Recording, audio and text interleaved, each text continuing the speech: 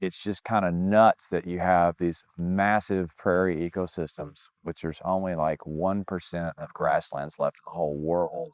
And yet we give no value to these services, literally zero.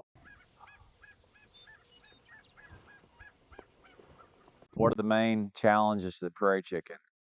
Well, one of the largest challenges is the conversion of grassland to agriculture.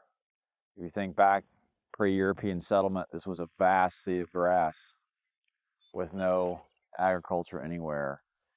And since European settlement, we've plowed up a large portion of the southern Great Plains.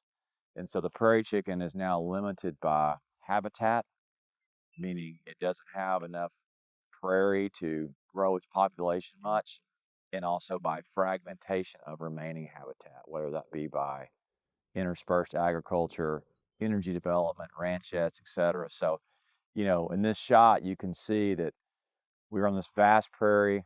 I'm standing here on a lek mid-morning after the chickens have gone. We just witnessed an amazing display.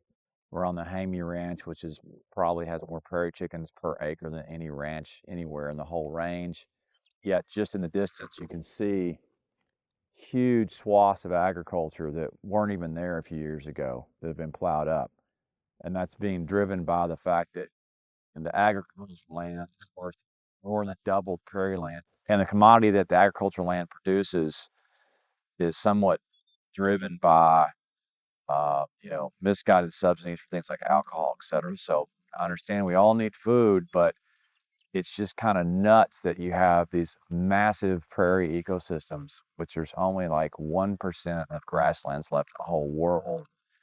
And, we have all these environmental services out here, and not just the prairie chicken, it's about everything else that's out here, all the grassland birds, the carbon sequestration, the water filtration, the clean air that everybody on planet Earth needs.